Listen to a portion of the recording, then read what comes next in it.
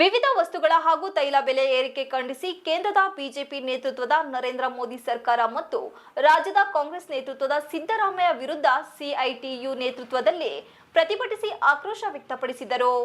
ನಗರದ ಮಹಾವೀರ ವೃತ್ತದಲ್ಲಿ ಕೇಂದ್ರ ಮತ್ತು ರಾಜ್ಯದ ವಿರುದ್ಧ ಘೋಷಣೆ ಕೂಗಿದರು. ಇದೇ ವೇಳೆ ಇಂದು ಸಿಪಿಐಎಂ ಹಾಸನ ಜಿಲ್ಲಾ ಕಾರ್ಯದರ್ಶಿ ಎಚ್ಆರ್ ನವೀನ್ ಕುಮಾರ್ ಮಾಧ್ಯಮದೊಂದಿಗೆ ಮಾತನಾಡಿ, ಅಗತ್ಯ ವಸ್ತುಗಳ ಬೆಲೆ ಏರಿಕೆ ಮಾಡುವ ಮೂಲಕ ಕೇಂದ್ರ ಮತ್ತು ರಾಜ್ಯ ಸರ್ಕಾರಗಳು ಜನಸಾಮಾನ್ಯರ ಆದಾಯವನ್ನು ಲೂಟಿ ಮಾಡುತ್ತಿವೆ.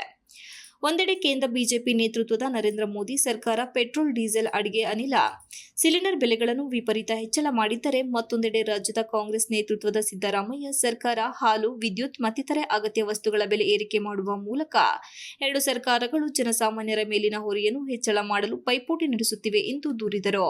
ಇವು ಕಾರ್ಪೊರೇಟ್ ಪರವಾದ ನವ ಉದಾರೀಕರಣ, ಜನವಿರೋಧಿ ನೀತಿಗಳಾಗಿದೆ ಎಂದು ಸಿಪಿಐಎಂ ಹಾಸನ ಜಿಲ್ಲಾ ಕಾರ್ಯದರ್ಶಿ ಎಚ್ಆರ್ ನವೀನ್ ಕುಮಾರ್ ಆಕ್ರೋಶ ವ್ಯಕ್ತಪಡಿಸಿದರು.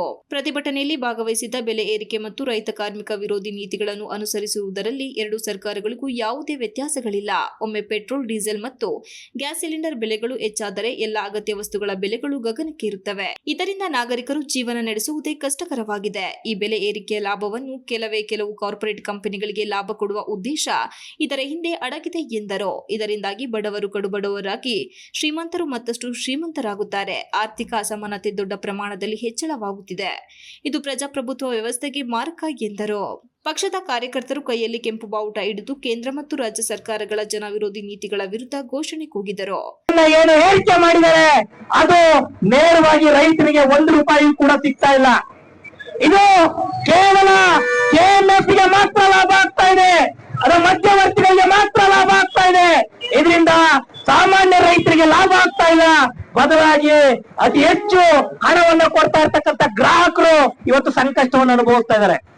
ಬೆಲೆ ಏರಿಕೆ ಅಂತ ಹೇಳಿದ್ರೆ ಅದು ಇನ್ನೇನು ಅಲ್ಲ, ಇಂಡೈರೆಕ್ಟ್ ಆಗಿ ಸರ್ಕಾರಗಳು ಮಾಡ್ತಾ ಇರ್ತಕ್ಕಂಥ ದರೋಡೆ ಅಂತ. ನಾವು ಕಳ್ತನವನ್ನ ಮನೆಗೆ ಬಂದು ಬೀಗ ಹೊಡೆಯೋದನ್ನ ನೋಡ್ತೀವಿ, ಮನೆಯಲ್ಲಿ ಇರ್ತಕ್ಕಂಥ ದುಡ್ಡು ಕತ್ಕೊಂಡು ಹೋಗೋದನ್ನ ನೋಡ್ತೀವಿ, ಮನೆಯಲ್ಲಿ ಬೀರಲ್ಲಿ ಇರ್ತಕ್ಕಂಥ ಚಿನ್ನಾಭರಣವನ್ನ ಕತ್ಕೊಂಡು ಹೋಗೋದನ್ನ ನೋಡ್ತೀವಿ. ಆದ್ರೆ ಕೇಂದ್ರ ಸರ್ಕಾರ ಮತ್ತು ರಾಜ್ಯ ಸರ್ಕಾರ, ಬಿಜೆಪಿ ಮತ್ತು ಕಾಂಗ್ರೆಸ್, ಈ ಎರಡೂ ಸರ್ಕಾರಗಳು ಬೆಲೆ ಏರಿಕೆ ಮಾಡುವ ಮೂಲಕ ಜನರನ್ನ ಇವತ್ತು ದರೋಡೆ ಮಾಡ್ತಾ ಇದಾರೆ, ಹಗಲು ದರೋಡೆ ಮಾಡ್ತಾ ಇದಾರೆ. ಹಾಗಾಗಿ ಈ ಹಗಲು ದರೋಡೆಯನ್ನು ನಿಲ್ಲಿಸಿಲ್ಲ ಅಂತ ಹೇಳಿದ್ರೆ ಜನ ಬೀದಿಗೆ ಬೀಳ್ತಾರೆ ಮತ್ತು ಅಷ್ಟು ಮಾತ್ರ ಅಲ್ಲ, ತಮ್ಮ ಆಕ್ರೋಶವನ್ನ ಬೀದಿಲಿ ವ್ಯಕ್ತಪಡಿಸ್ತಾರೆ ಅನ್ನೋದನ್ನ ಈ ಮೂಲಕ ಹೇಳೋದಕ್ಕೆ ನಾನು ಬಯಸ್ತೇನೆ. ಈ ಸಂದರ್ಭದಲ್ಲಿ ಸಿಪಿಐಎಂ ಹಾಸನ ಸ್ಥಳೀಯ ಸಮಿತಿ ಕಾರ್ಯದರ್ಶಿ ಎಂಜಿ ಪೃಥ್ವಿ, ಅರವಿಂದ, ಸತ್ಯನಾರಾಯಣ, ಪುಷ್ಪ, ಪ್ರಕಾಶ್, ರಮೇಶ್ ಇತರರು ಉಪಸ್ಥಿತರಿದ್ದರು. ಪ್ರತಿಭಟನೆಯಲ್ಲಿ ಸಿಐಟಿಯು ಜಿಲ್ಲಾ ಅಧ್ಯಕ್ಷರಾದ ಧರ್ಮೇಶ್, ಎಂಜಿ ಪೃಥ್ವಿ, ಅರವಿಂದ್ ಸೇರಿದಂತೆ ಇತರರು ಉಪಸ್ಥಿತರಿದ್ದರು. Srinivas, TV 46 Malenadu news, Hassan.